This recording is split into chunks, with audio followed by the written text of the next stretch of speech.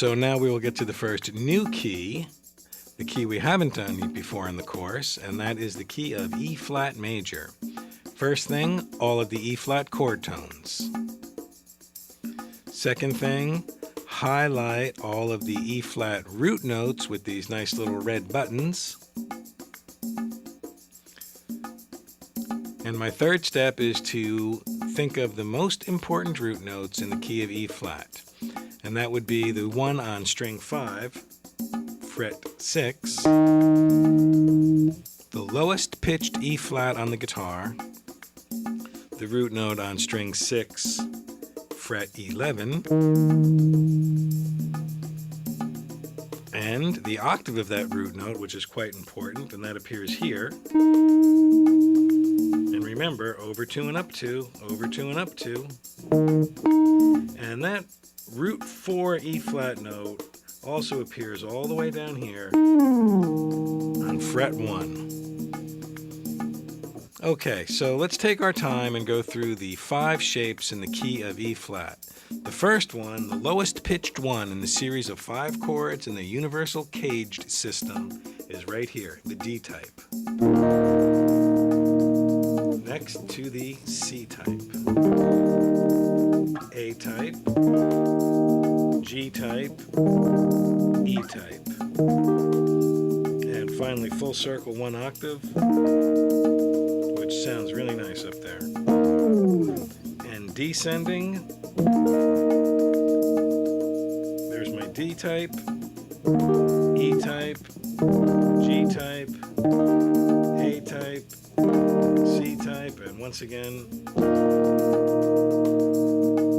back home. That's what it should look like in the key of E flat. You may be thinking this material is progressing quickly or moving too fast. If so, you simply need to review the diagram slowly and concisely in your practice space. Hopefully you're printing and saving everything that comes with this course. Video portions of these lessons is just to make sure you know what's going on and to see me do it, to see what the execution looks like. You should be able to comprehend everything I'm doing in real time. If you can't, simply return to the course material and study the diagram slowly.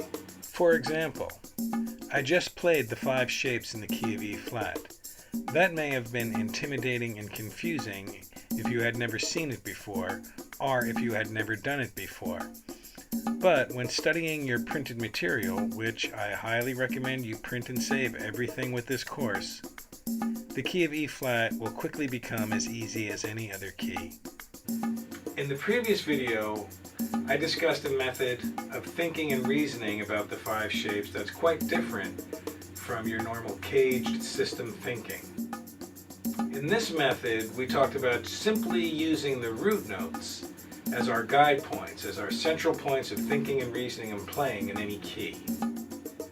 Of course, any key has 2 very important root notes, one that appears on string 6 and one that appears on string 5. So let's continue with our study of the flat keys by looking at this fresh perspective. Let's examine this perspective in the key of A flat. First thing I do is find all the notes in an A flat triad on the neck of the guitar. Then, of course, I make a special note of all the root notes of the A flat triad, all the A flat notes as indicated by the red buttons. Arguably, the 2 most important notes for any guitarist in any key are the notes appearing on string 6 and string 5. In the key of A flat, that's right here on fret 4, and on string 5, fret 11. And my octave note, which is the root note of the root 4 chord, is related to that guy right there. The most important one, string 6, fret 4. We think of these 2 root notes as the hub of activity and the centers of our mental playing and reasoning in this key. As I have said before, once we identify and are comfortable with where the root notes are, we can think of and play on frets lower than that root note, as I'm doing here, playing an A flat chord behind the 4th fret, and on notes higher than that root note, as I'm doing here, playing an A-flat chord in front of the 4th fret. Also, this root note on fret 4 of string 6 is my reference point for the A-flat root note on fret 6 of string 4, as you can see by the animation. Remember, my little memory device, over 2 and up 2, over 2 and up 2. So now I have achieved quite a bit of coverage just by remembering where that A-flat root note is. Behind it, in front of it, and the root 4 form. Similarly, when I approach the A-flat root note on fret 11 of string 5, I have an A-flat chord here on frets lower than that root note, and an A-flat chord here on frets higher than that root note. And once again, this being the center of my mental reasoning, I've achieved quite a bit of coverage just by knowing the location of those 2 root notes. And of course, the CAGED system in A-flat begins to repeat itself right here, all the way up there, on fret 13, playing a G type. This again is a great perspective on the 5-position CAGED system as it relates to finding chords.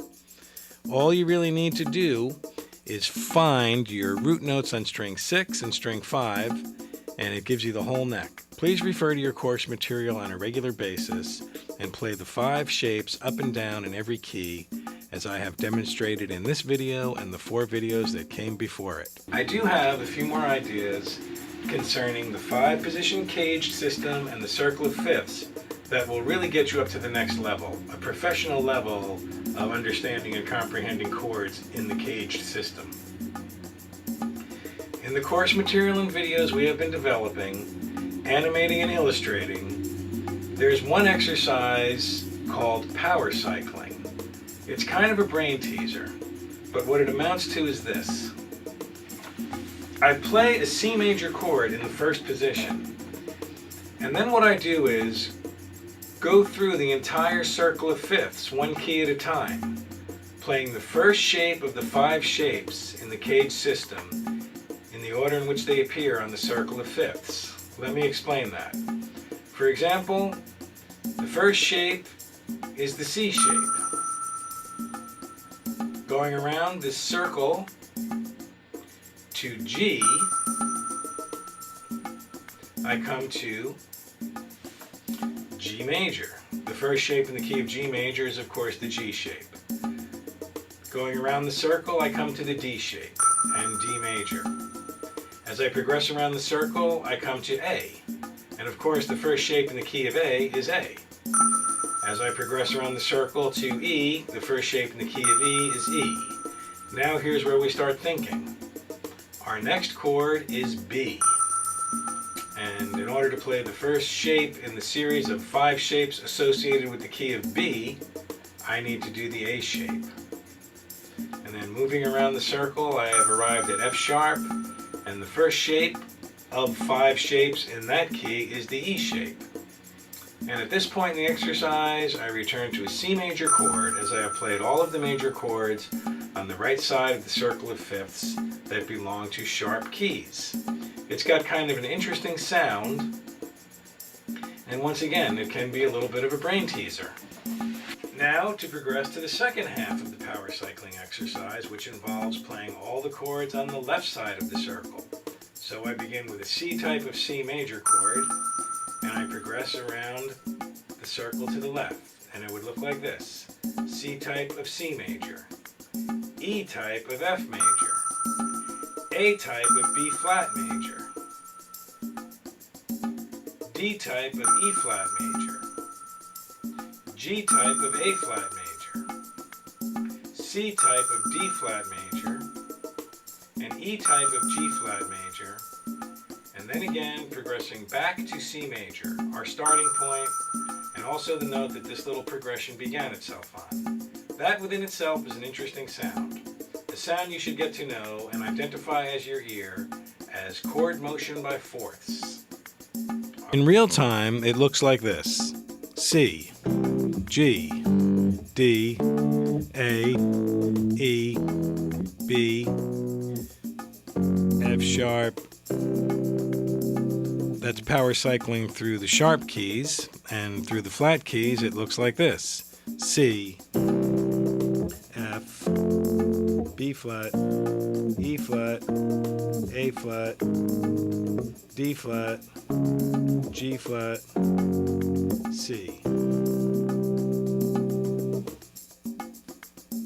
In the course material associated with these lessons, I have diagrammed this exercise in every single position, going back and forth around the circle of fifths, and I have called it Power Cycling 1 and Power Cycling 2. Definitely something you need to print out and study on a daily basis. That is going to pay off. You got to trust me there.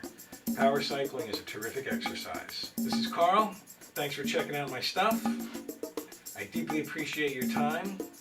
I love to hear your feedback, and I hope you are enjoying my course, located at guitaru.com, the world's best free guitar school. I'll see you next time.